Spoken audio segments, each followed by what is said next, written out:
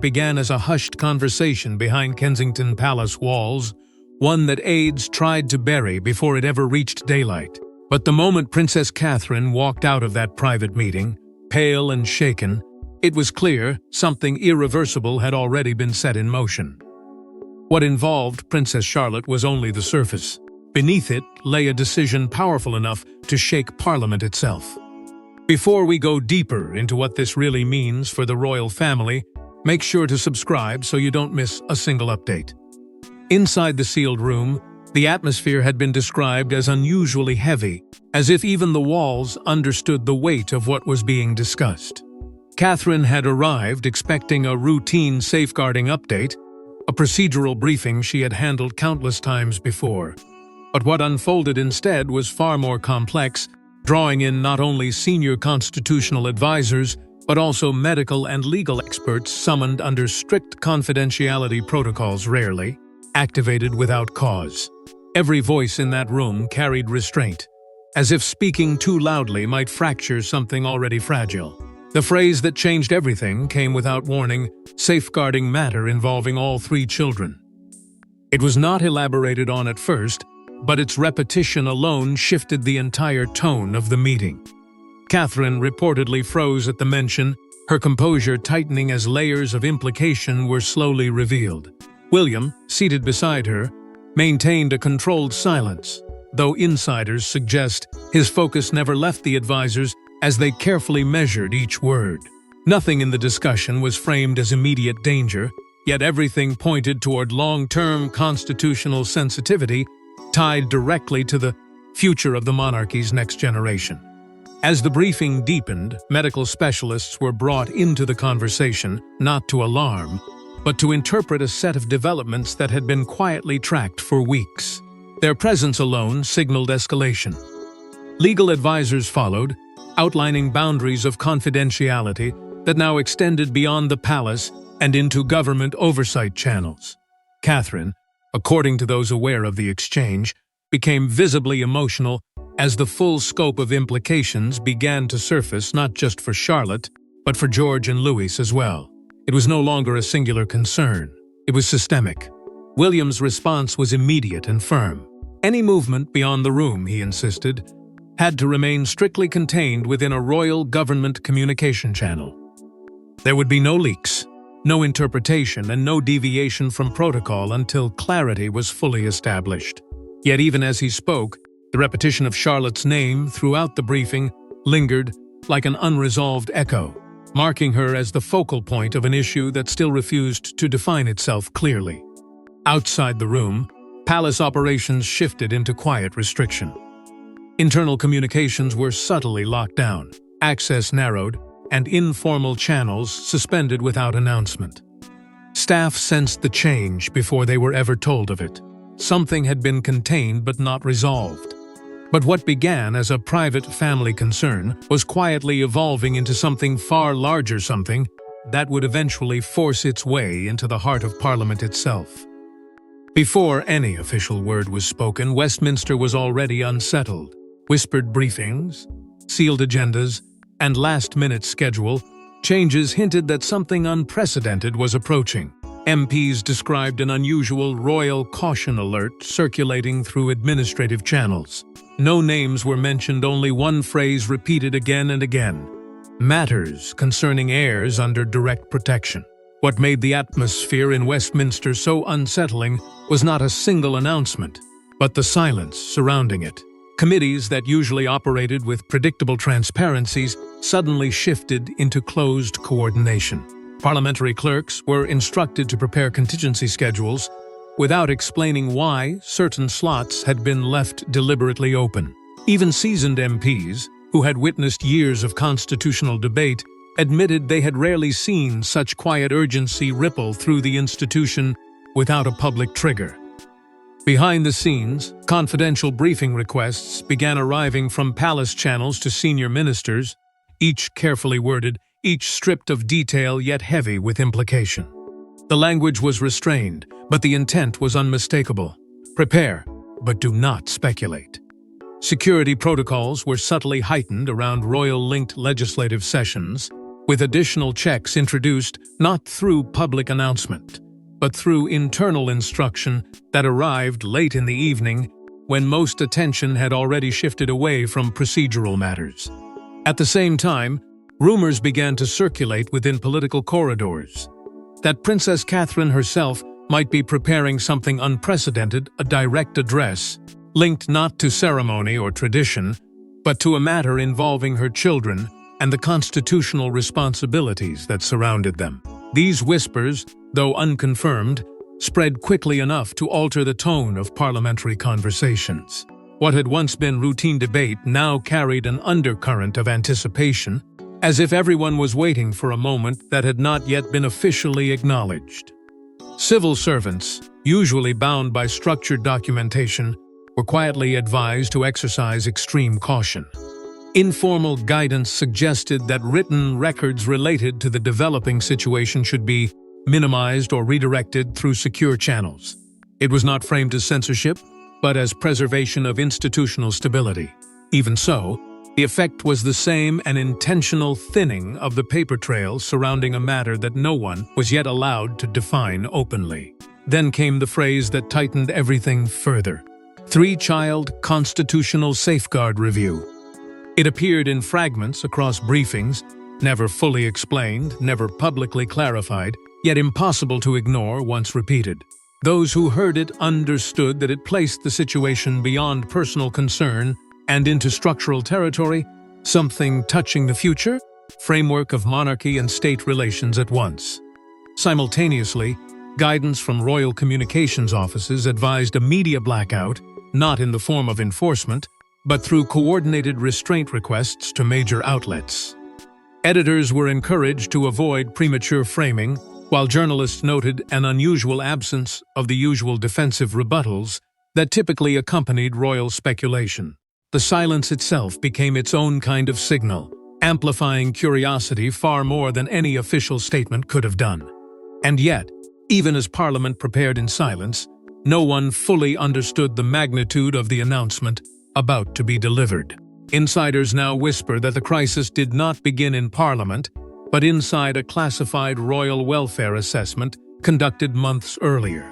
What was once treated as routine monitoring of royal children's well-being had reportedly escalated into a constitutional concern.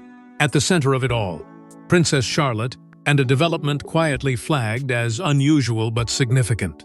What makes this revelation so unsettling is not just the escalation itself, but the slow, almost invisible way it unfolded inside the system, meant to prevent exactly this kind of uncertainty.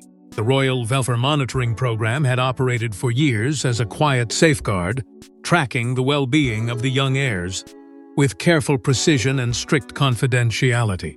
Nothing about it was meant to reach the level of national attention. Yet, according to multiple layers of internal interpretation, something within Charlotte's recent assessments began to trigger repeated reviews that could not be easily dismissed.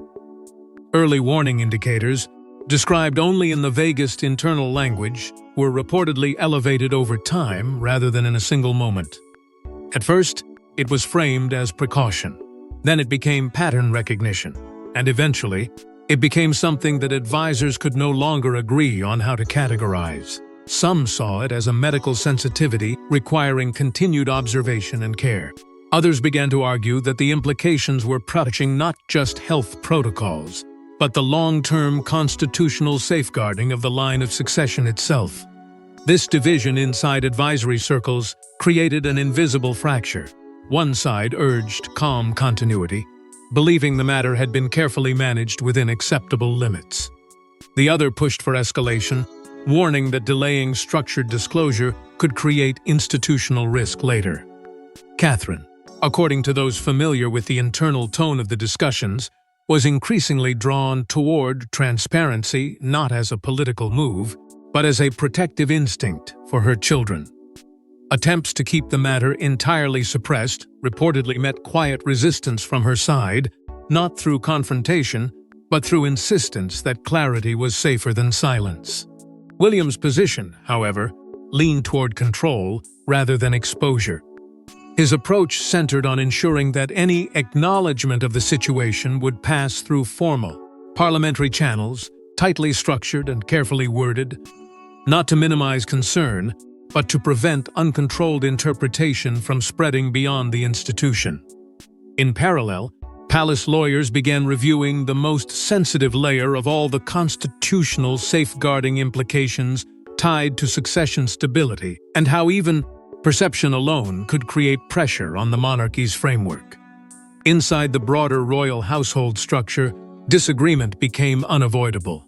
Different departments interpreted the same set of warnings through entirely different lenses. Medical advisors prioritized continuity of care and privacy. Legal advisors focused on precedent and institutional risk. Communications teams worried about perceptions spiraling beyond control. And within that complexity, no single authority could fully reconcile every concern into one unified direction. What began as a confidential welfare assessment had now evolved into a layered internal debate about responsibility, transparency, and institutional protection.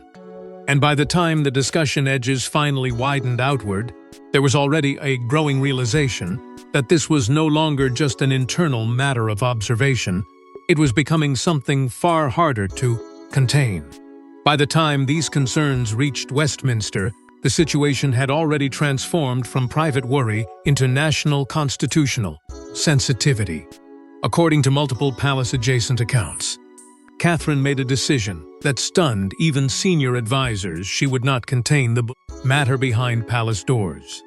Instead, she would take it to Parliament directly, a move described by some insiders as unprecedented in modern royal conduct, and by others as the only responsible path left. What followed that decision was not hesitation, but acceleration.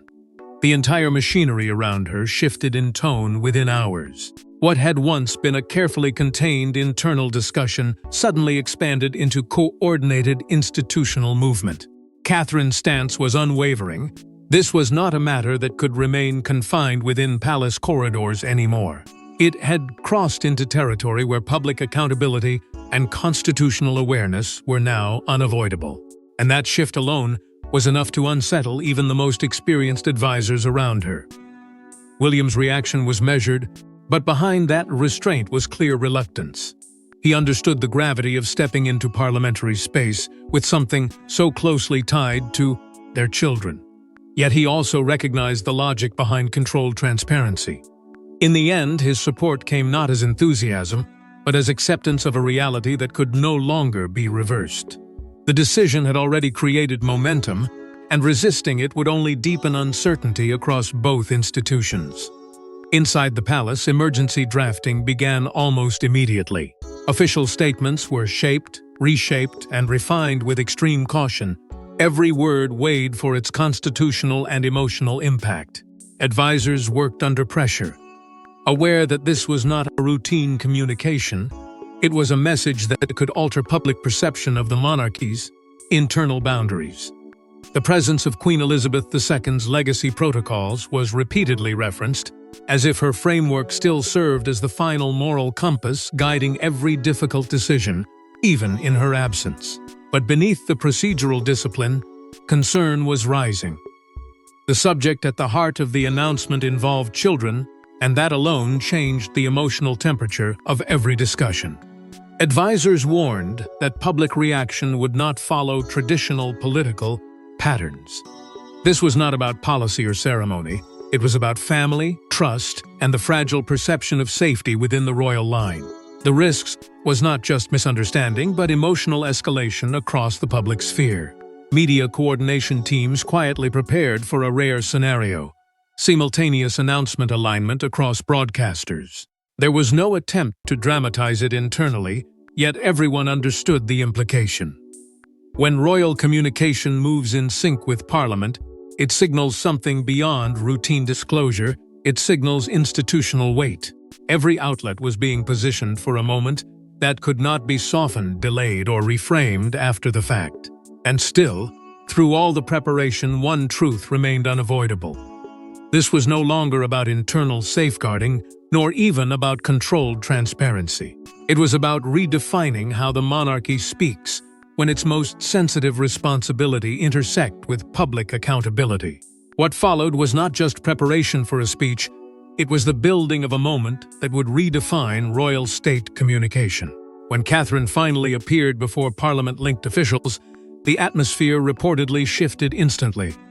No ceremonial framing, no traditional buffering, just a direct, composed acknowledgement that something concerning all three royal children required national-level awareness. The room fell silent before she even reached the midpoint of her statement. The moment she stepped into that structured parliamentary space, it was clear this was not going to follow the usual rhythm of royal communication. There were no softened introductions, no layered diplomatic phrasing designed to ease institutional tension. Instead, Catherine carried a controlled stillness, one that made every word feel heavier before it was even spoken. Officials later described the atmosphere as crumpsense, as if the entire room understood that something irreversible had already been set in motion. When she finally spoke, her words were deliberate, measured, and unusually direct for someone so deeply tied to royal protocol. She referred to what was carefully framed as safeguarding adjustments concerning Prince George, Princess Charlotte, and Prince Louis. The phrase itself was restrained, but its implication landed with immediate weight. It was not framed as alarm nor as crisis, but as responsibility, something being formally acknowledged at the highest level of institutional awareness. The reaction was not immediate noise, but immediate stillness. A parliamentary pause followed her initial disclosure, as if even the procedural rhythm of the room needed a moment to recalibrate. Officials exchanged brief, uncertain glances, not out of confusion alone, but from the realization that this was no longer a contained royal matter. It had entered the threshold of constitutional sensitivity, where language itself had to be handled with precision to avoid unintended escalation. Requests for clarification followed almost instantly, though carefully phrased. Officials sought to understand the scope of what safeguarding adjustments truly meant in constitutional terms, and whether this signaled procedural change, protective restructuring, or something more systemic. Yet Catherine maintained her composure, reinforcing the protective framing of her statement. Her tone remained steady, emphasizing care, stability, and the long-term well-being of her children rather than political implication. Outside the chamber, however, the situation was already fracturing into motion.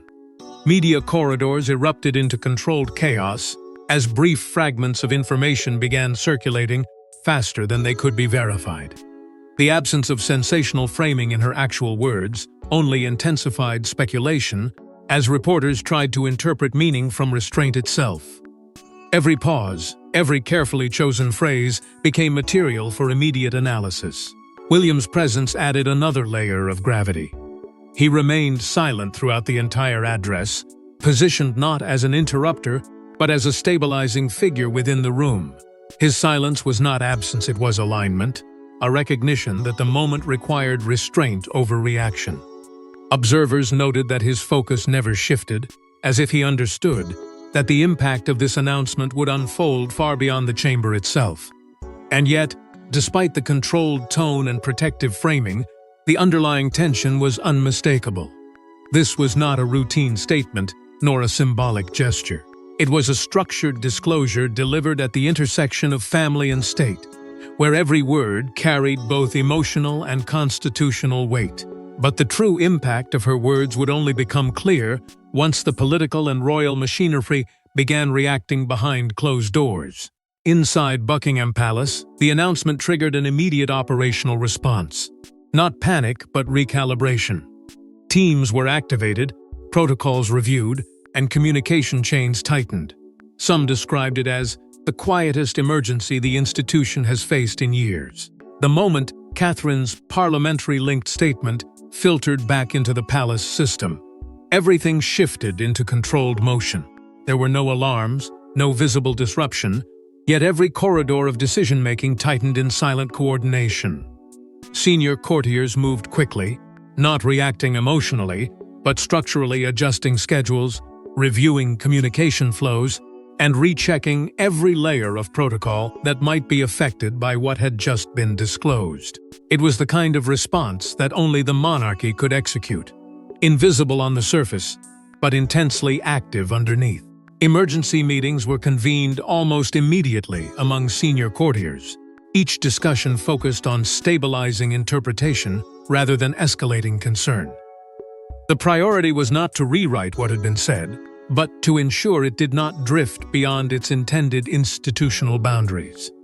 Every phrase from Catherine's announcement was dissected carefully, not for contradiction, but for alignment with constitutional expectations. The tone inside these rooms remained deliberately restrained, as if even urgency had to follow etiquette. At the same time, communication strategy underwent rapid restructuring. What had been prepared earlier in anticipation of public reaction was no longer sufficient. The framing now required recalibration, not to minimize the announcement, but to guide its understanding through official channels, before external narratives could take shape unchecked. Messaging teams worked with unusual precision, aware that even a single misinterpreted phrase could widen speculation beyond control. King Charles was reportedly briefed during a scheduled recovery window, his attention divided between personal health considerations and the constitutional weight of what had just unfolded.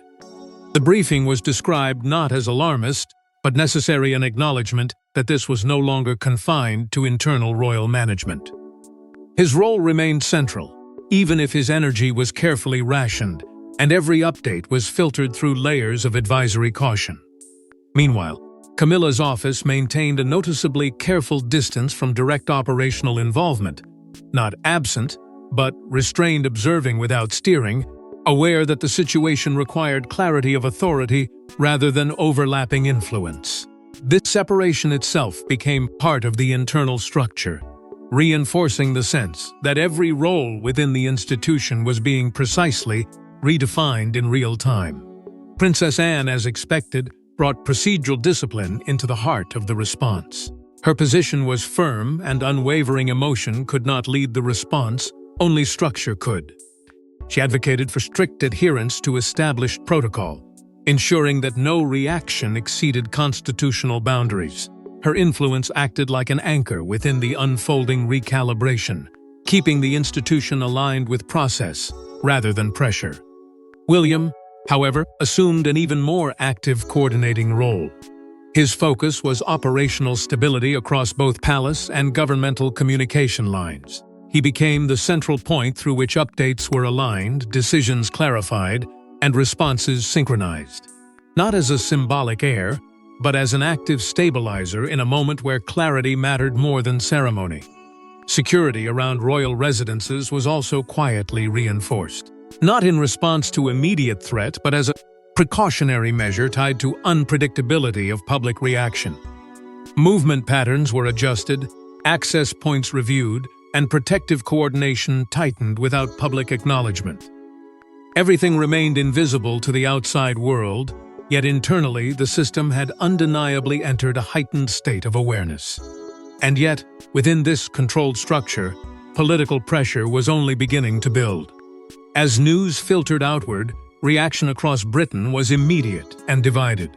Some praised Catherine's transparency, others questioned the necessity of public-level disclosure. Parliament itself became a pressure chamber of interpretation, speculation, and urgent reassessment. The moment Catherine's statement entered the public domain, it did not settle, it fractured into competing narratives almost instantly. Within Westminster, MPs reacted not with unified understanding, but with layered interpretation. Some viewed it as a courageous act of openness, a rare moment where the monarchy chose clarity over containment. Others saw it as an institutional risk, warning that once matters concerning royal children enter parliamentary language, they stop being purely private and begin to carry constitutional weight that is difficult to retract. Outside the chamber, public reactions surged in waves, unpredictable and emotionally charged. Families expressed concern, commentators leaned into speculation, and ordinary observers tried to interpret meaning from carefully chosen phrases like safeguarding adjustments. The ambiguity itself became the focal point. Where clarity was intended to provide reassurance, it instead created space for interpretation, and in that space, emotion grew faster than fact. Media outlets intensified the atmosphere almost immediately. Headlines focused not on resolution, but on uncertainty. The phrase three-child reference repeatedly dissected across broadcasts and digital platforms. Every fragment of Catherine's wording was replayed, slowed down, and analyzed for hidden implication. The absence of explicit detail did not reduce attention. It magnified it. The less that was said, the more that was imagined.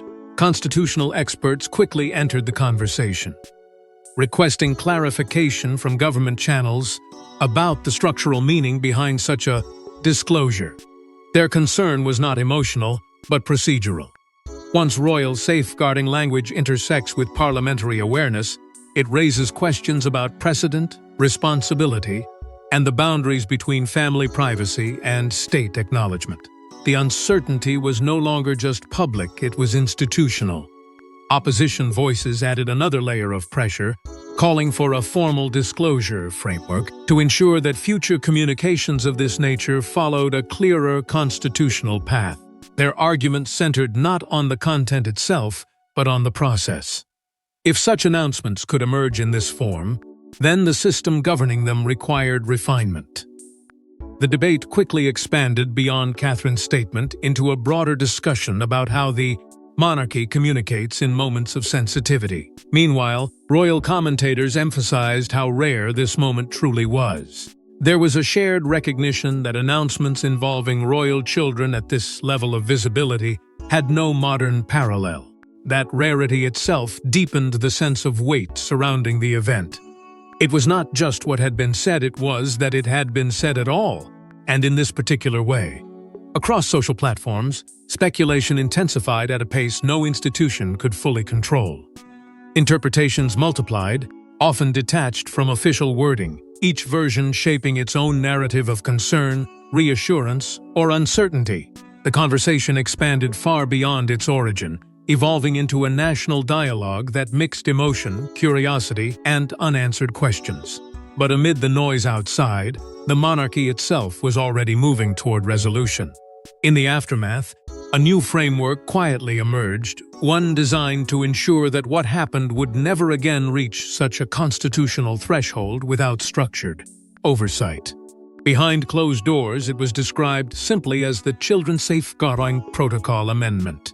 What followed, Catherine's unprecedented parliamentary-linked disclosure, was not celebration, nor controversy alone, but reconstruction. The institution did not react with noise, it reacted with design. Every layer of royal and governmental coordination began to reassemble itself around a single principal: control without silence, transparency without exposure. It was a delicate recalibration, as if the monarchy itself had learned from the shockwave and decided to reshape the channels through which such moments could ever surface again.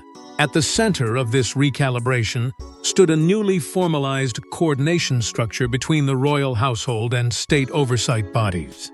It was not presented as reform in the political sense, but as protection of children, of privacy, and of constitutional clarity. The language was careful, almost surgical. Every phrase was chosen to avoid repetition of the uncertainty that had defined the previous days. Yet beneath the restraint, the intent was unmistakable: to ensure that no future concern could escalate unchecked into national speculation again. Privacy protections for the royal children were quietly strengthened within this framework, not as a reaction of fear, but as a reinforcement of boundaries that had become too porous under modern scrutiny. The system acknowledged a hard truth that visibility and vulnerability now moved together, and without structured safeguards, even well-intended transparency could spiral into instability. Catherine, according to internal acknowledgments, was credited as the catalyst for this shift. Her decision to bring the matter into institutional light had not weakened the monarchy. It had forced it to confront the need for clearer pathways between private concern and public understanding. William's role in this restructuring was described as firm and stabilizing. His support for institutional reform was not framed as symbolic approval, but as operational alignment. He worked to ensure that the new structure did not become reactive chaos dressed as reform, but a disciplined system capable of absorbing sensitive matters without allowing them to fracture outward. His focus remained on continuity, protecting both the institution and the fragile trusts surrounding it. Within this evolving structure, King Charles's endorsement carried decisive weight. Despite ongoing health challenges, his approval of the revised safeguarding oversight model signaled institutional unity at the highest level. His signature did not merely authorize procedure, it anchored it. It reaffirmed that even in moments of internal strain, the monarchy would still move as a single constitutional body when its future heirs were involved. Princess Anne's influence, meanwhile, ensured that discipline remained at the core of implementation.